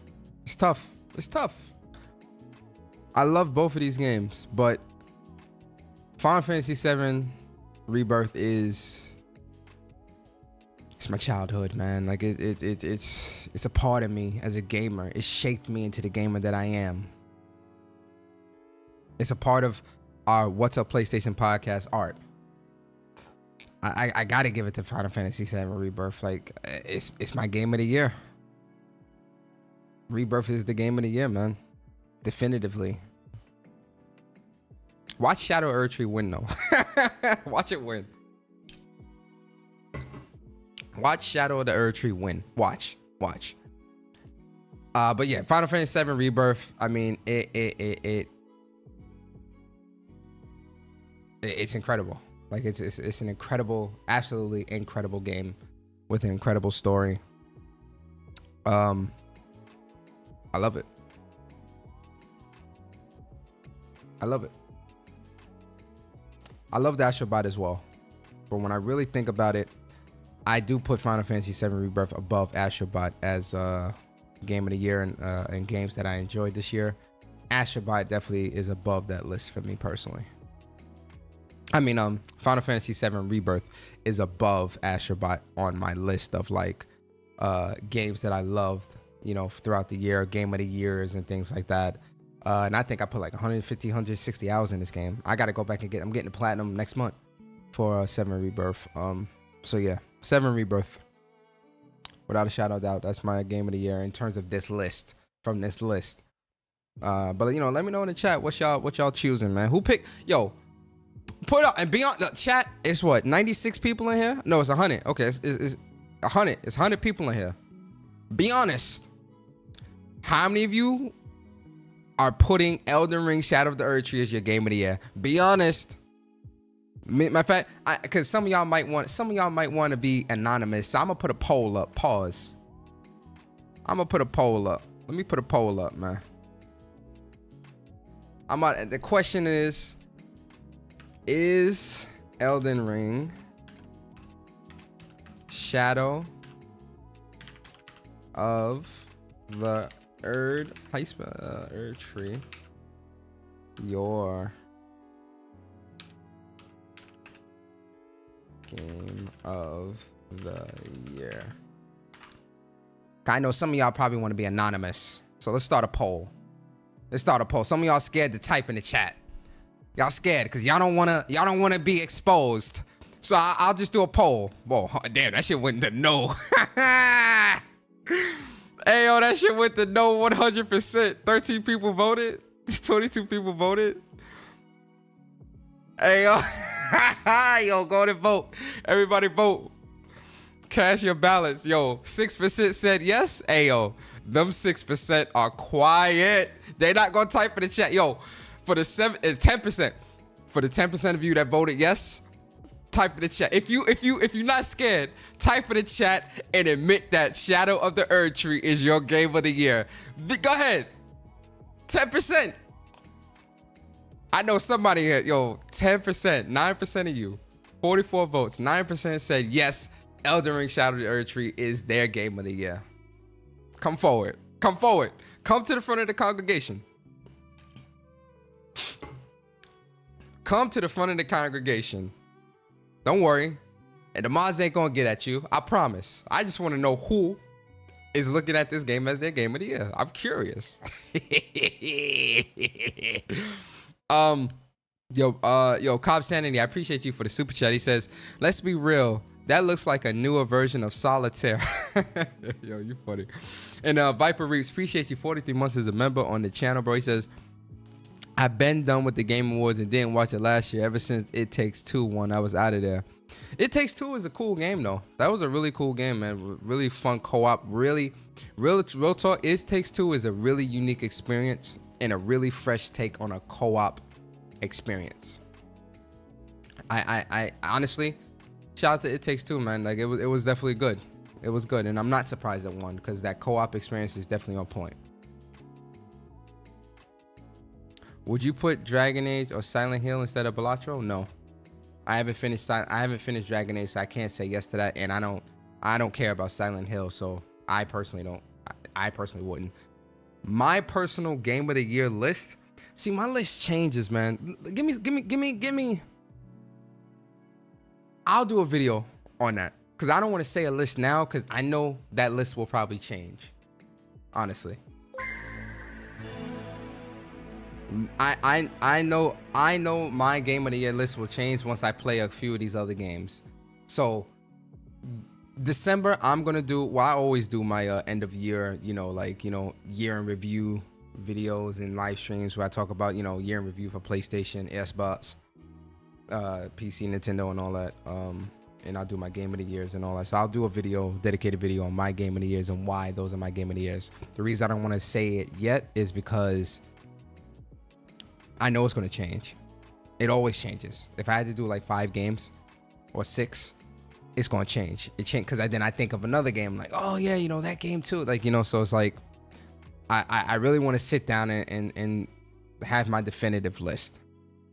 For sure, Final Fantasy VII Rebirth and Astrobot is going to be on that list. 100%. Dragon's Dogma 2 is going to be on that list. 100%. Those 3 games will 100% be on the list. For sure. What the other 3 or 4 are, or maybe I should do a top 10. Top 10 best games of the year for me personally. Yeah, I'll probably do a top 10. It's better that way. Those 3 games going to be in the list regardless. 100%. Stellar Blade is going to be on that list. 100%. I don't make the rules. But yeah, yo, so that's the those are my voting. I hope you guys enjoyed this too, man. Shout, 53 people voted. 13% of you said yes. Come forward, yo, chat. I know y'all watching. The 13% of you, come forward. One of you have to be brave enough to stand up and say, it was I that looks and thinks Shadow of the Erd Tree is great. Just one of you. I gotta finish Metaphor. I'm actually gonna probably Thanksgiving next week is, it's crazy, this month is going by so fast. Next week is Thanksgiving. Thanksgiving is next week, and this month went by so quick. But next week I'm off all week for Thanksgiving week, so I'm actually gonna use that week outside of eating good food, chilling and all that. But I'm trying to complete at least like 2 or 3 games. I'm trying to get some games completed. So Metaphor might be one of those games that I add to the list to try to complete. I don't know, I don't know if I'm going to platinum because you got to do a whole second playthrough to beat the super boss. But I'm like halfway through Metaphor already, so I'm like, you know what? Let me just try to go back and run through that and finish that up real quick. So I might do that next week.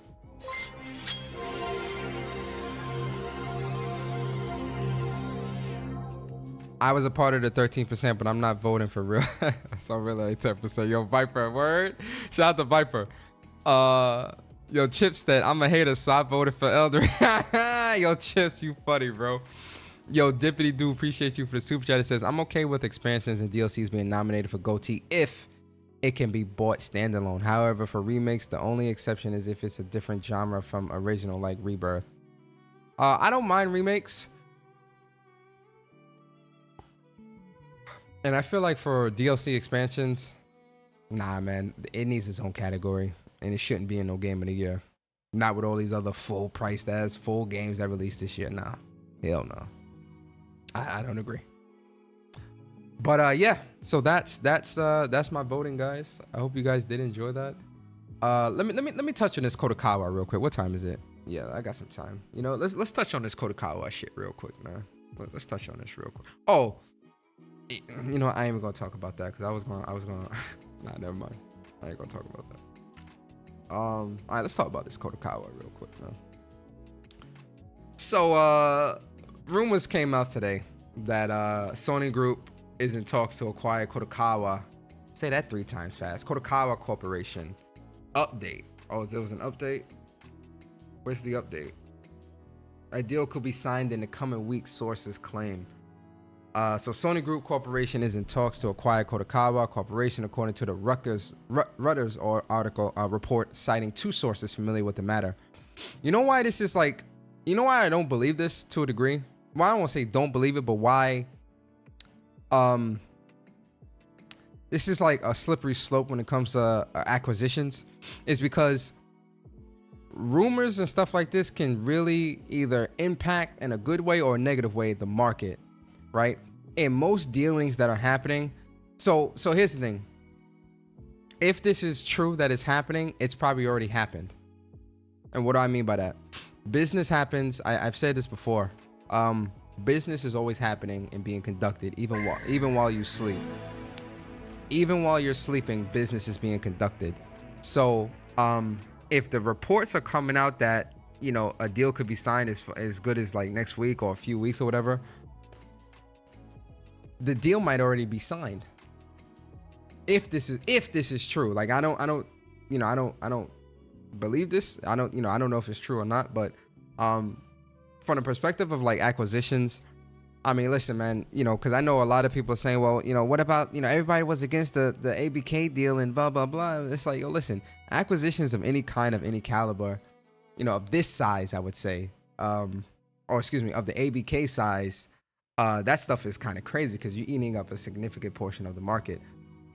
We don't really know if this is true or not, so I can't really speak to this until we know if it's true or not. But with this Sony Group acquiring this, if they were to acquire a Kodakawa, I don't necessarily think it's just an acquisition for them to acquire From Software developer or those IPs. Kodakawa is more the parent company of From Software, which is Kodakawa. You know, they're heavy into like, you know, publishing, you know, entertainment, TV, all that other stuff, anime. I think this type of play for Sony is more so a play, not just from a gaming side of things, but I think also for their anime, because, you know, Sony pretty much has the anime market sold up. You know, they own Crunchyroll, Funimation, Aniplex, and all that stuff, right? They consolidated Funimation into Crunchyroll though, so now it's just Crunchyroll. But their anime division and their TV, and obviously we see them building up their TV movie division as well with the PlayStation dedicated stuff as well, but then also the TV side of things outside of PlayStation with their dedicated, you know, with Columbia and all that stuff that they own and are putting out movies and all these other different things. So I think this type of play is more so for the entire business and not just a PlayStation play. I don't view this as a PlayStation console or gaming play. If this were to happen, I look at this more so with them trying to strengthen all aspects of the business, including PlayStation, or the gaming side of things, I have to say, with you know, TV and movies and all that stuff. So, but I don't really want to speak too much on this yet. I really want to wait for this to kind of pan out and be official, because I don't want to speak prematurely, and I don't really want to, you know, speak outside of, me and Barry definitely gonna talk about this a little bit more on Saturday, but I want to see how this plays out. But in terms of, this acquisition, I mean, listen, the door is open. You feel me? The door is open. The door has been open. Microsoft stepped through it with the $9 billion acquisition of Bethesda or of ZeniMax, and then a $70 billion acquisition of ABK. The fucking door is open, man. Like, what do you want me to say? Is wrong? Yo, consolidation of the industry is not good on any side when it's at the caliber of what it is. But the same people looking for, looking for an I told you so, were the same ones that were in favor of the deal last year. The same ones that are complaining about this were the same ones that were in favor of ABK last year. And then we're seeing the fallout with the layoffs and all that stuff. And listen, PlayStation not resolved to that either, which is why this industry as a whole, consolidation is not good on any level, right? And I'm not saying buying a studio, right? It would be different if PlayStation was acquiring From Software. That's a studio, that's a developer, whatever. Entire publishers or parent companies and shit like that, that's a different level of acquisition, right? Just like with ZeniMax, just like with ABK and all this other stuff. That's what it is. We just got to see what happens. But there's a lot of hypocrisy floating around when it comes to this stuff, especially from people that were championing, the deal last year. And then when they saw the layoffs and everything happening, they just said, oh yeah, that's how the cookie crumbles. So it's like certain people that are trying to talk about this as a negative aren't qualified to speak because they were the same ones that were in favor of shit like this last year and the year before. So, miss me with the BS. Like, respectfully, miss me with the bullshit, with the virtual signaling, and I don't know. Cut it out, man. Because you was in favor of ABK last year. You were making spaces and tweets and videos and wannabe financial analysts of why this is not going to hurt the industry. And then cut the bullshit, man. You're not. Respectfully, you are not qualified to speak out against something like this when you were in favor of something that was 10 times worse than this. I don't make the rules. I don't make the rules. So it is what it is. Gian, appreciate you. 11 months as a member of the channel. He says Astrobot is greater than Stellar Blade, which is greater than Rebirth, is my ranking for GOTY. I'm partial to action games and platformers. I respect this list. It's a good list, Gian. And then Wolf, appreciate you. 2 months as a member on the channel. He says talk to on Persona. Great stream, by the way. I appreciate you, Wolf, man. Always rocking out with your boy. Always appreciate you, man. Shout out to you, man. And yeah, man. I mean, me and Barry will speak more in depth about this on WUPS this Saturday. And if more news comes out, I might do a separate video talk about it more in depth. But respectfully, in consolidation of this caliber, right? I'm not saying studio people can't buy a studio, right? Like, so Microsoft buying Ninja Theory, that's not bad. Microsoft buying Compulsion and all that, that's not detrimental. It's still a form of consolidation, yes. But the kind and caliber of consolidation that it is and at the level that it is not something that is necessarily detrimental to the industry. Just like when PlayStation acquired Housemarque or when PlayStation acquired Bluepoint. Yes, that is a form of consolidation. And if we're looking at it from that argument, say, yeah, all consolidation is bad consolidation. But the type of consolidation that could be hurtful or detrimental to the industry, that is not something that I would deem as a hurtful acquisition. Now, Kodokawa and what they do and how they do things, especially with Elden Ring and the type of IPs that they have under their belt, which are widely accessible to everywhere, at least on PC, PlayStation, and Xbox. If PlayStation were to acquire this, obviously those would be things that would come into question because those would be games that could potentially be lost from the Xbox platform. I don't see it being lost on PC at the Xbox platform.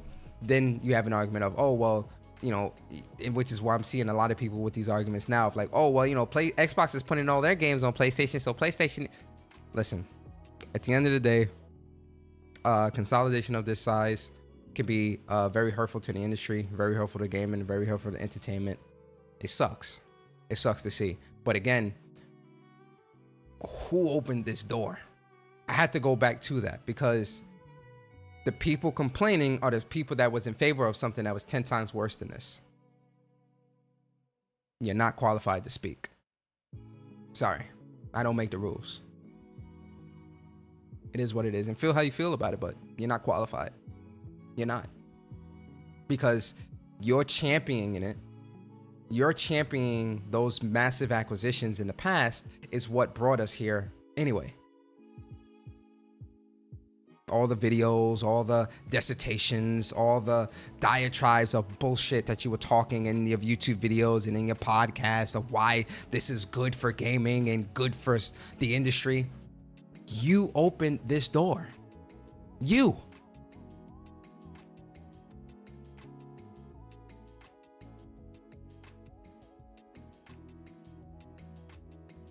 So stop. But again, this is all a rumor. We don't even know if this is true, which is why I'm saying everybody just chill, just wait, sit back, let things play out. We probably won't even, if this is true, we probably won't know shit until the new year anyway. There's no need to be going into these crazy diatribes and conversate. Just everybody just chill. All right. Let's see how this plays out. And then we can have a real productive conversation about this and how it can affect the industry, how can it affect gaming, how can it be beneficial or negative or whatever the case may be, consolidation, all of it. Okay? With that being said, guys, listen, we are at the end of the show. And if you made it to the end, man, round of applause for the folks in the chat.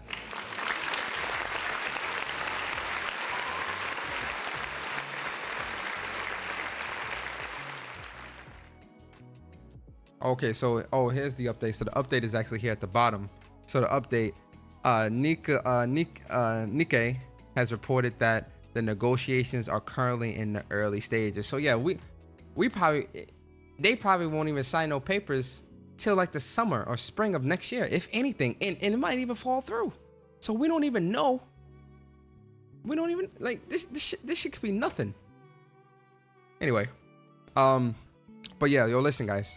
I do appreciate y'all coming through, rocking out with your boy tonight on One Persona Speaks, right? I hope you guys enjoyed this show. If you did, like, comment, and subscribe. And yeah, man, I hope you guys have a great evening. Enjoy it with your family, playing games, eating dinner, whatever you're going to do. I hope you guys do enjoy yourselves. Gian said, Persona, I think you missed a channel membership in one other super chat. Did I? Nah, I read Bari's, Cobb Sanity, Viper. I read Viper. I got JC. Yeah, I got JC. Did I? Oh, JC. I don't know if I read yours. JC, I appreciate you. Member on the channel says, I'll be honest, I voted Black Myth even though Astro was close.